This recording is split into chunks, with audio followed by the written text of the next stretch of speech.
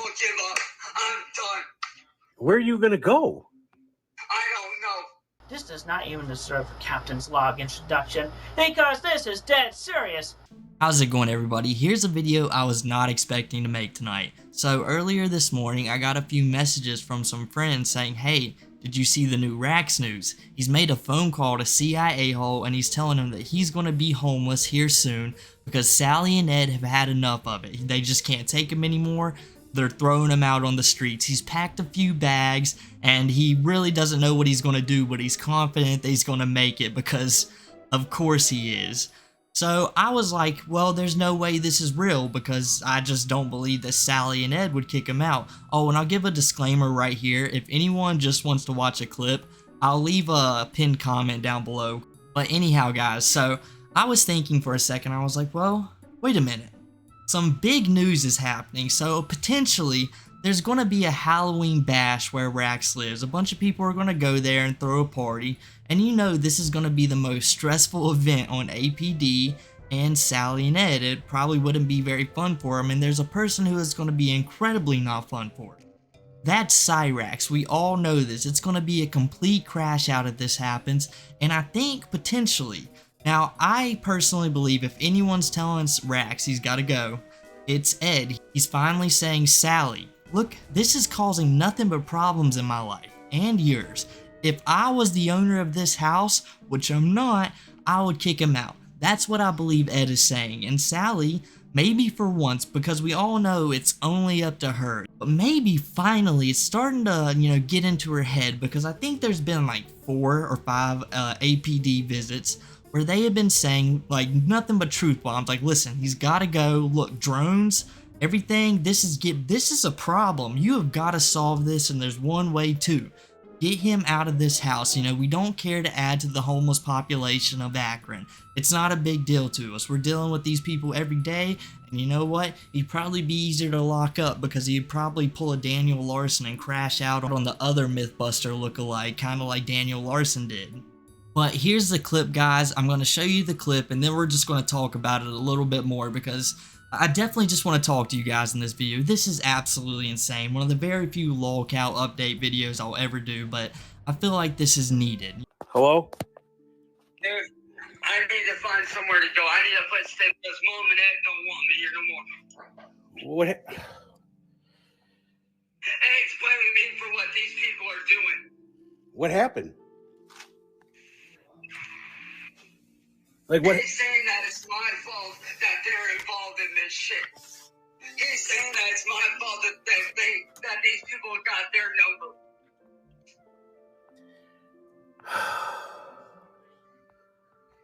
So we may as well give up. I'm done. Where are you gonna go? I don't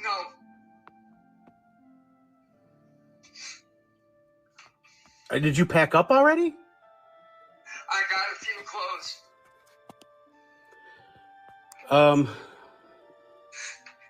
I'm gonna try calling my friend Ethan real quick. I'll call you back. All right, bye. So a disclaimer, if this phone call is real, if it's not, we might just pop the video off, if it's confirmed. But for now, we're just going to think, it's potentially real. We'll take it with like 7 grains of salt at the moment. So what I'm thinking, like, why would Cyrax? He's definitely figured out that he has burned every single bridge of real people in his life. Because the first person he calls is CIA Hole of all people. Wasn't it like, what, 2 months ago, maybe a month and a half, that he like crashed out on CIA Hole, told him to go forget himself, and now that's the first person he calls? I swear I haven't heard of this dude in a fat minute, so that's why it's kind of surprising. Of all people who don't need to be on the streets, it would be him. Like, he needs to be cared for hand and foot. Like, it's not the best living situation he's got going on, but it's still something. It's better than being on the Akron streets, and guess what it's about to be? It's about to be wintertime. I don't know what's going on up there, but I guarantee you it's getting cold, or at least it's going to really soon. And we all know his attitude, alright? Homeless shelters are not pleasant places to be. From all the stories you hear, they're not very fun. It can be very hostile environments. A lot of people, get ran out of those kind of places if they're not ran properly. And let's be honest here, there can't be people supervising other transient people 24/7. It'd be too chaotic, I'd imagine, so there's probably not a lot of focus on it. Rax wouldn't make it in that environment either. Imagine him walking up to someone else, some other woman who looks like Sally, telling her to heat him up a hot pocket on her campfire. It just wouldn't work out for him, you know? And where would the money even come from? We gotta think. Out of all the Lolcows that we have ever seen, any one of them, Rax has been the only one who hasn't figured out how to monetize himself. And we get it. It's really hard for him to. No one wants to give him cash, but guess what? There's a lot of stupid people in this world. They don't really have much going on, and they will. Like, they definitely would, alright? It would happen. But he still hasn't figured it out. Not even little scraps here and there. And we hear his want of a job. He doesn't want one.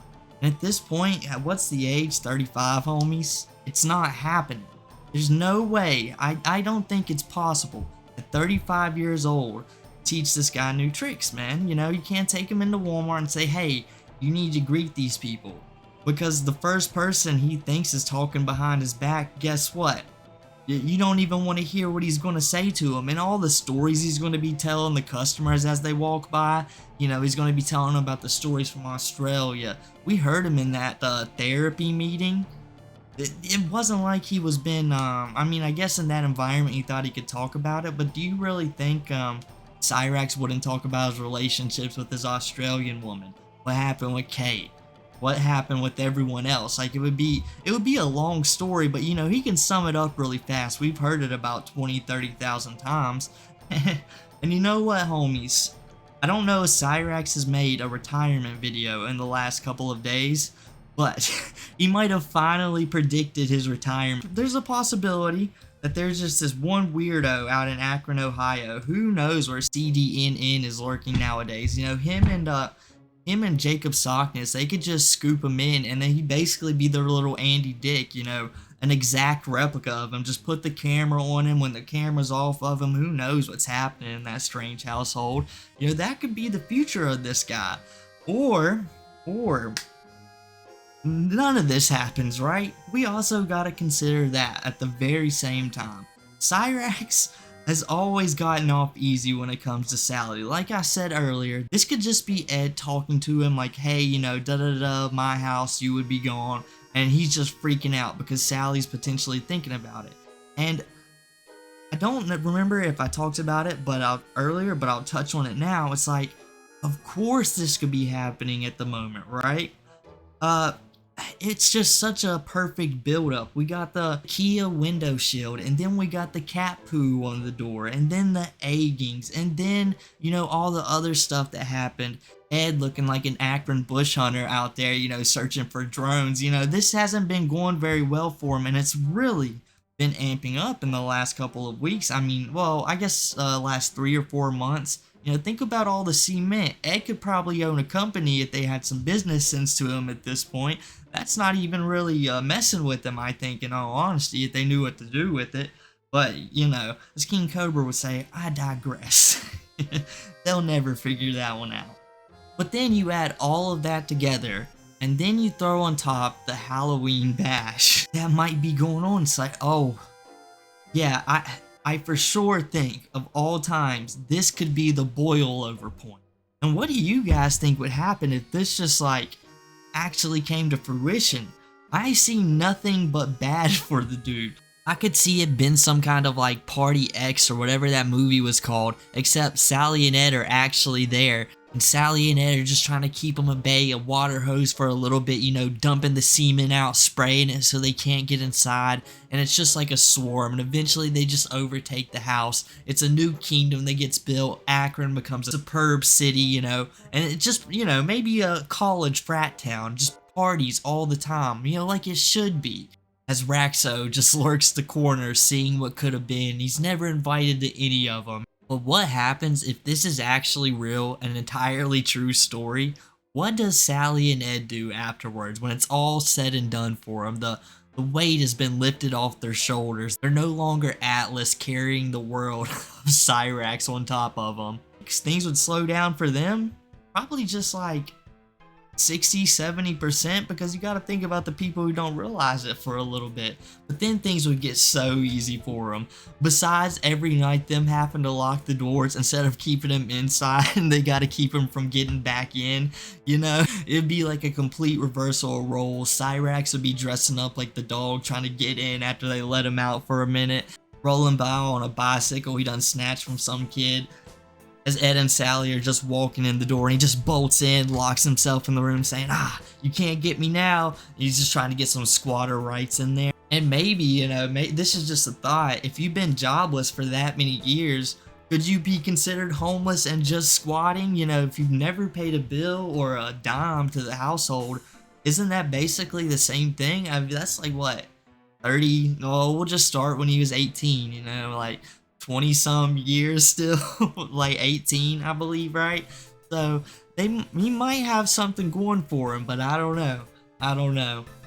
And it's crazy that even in a very desperate moment of his life, like, you guys got to think about it, like, this has to be terrifying, because if the video call is real, he sounds kind of worried. There's some confidence that he can, like, find a place to go, but there's a lot of worry in there.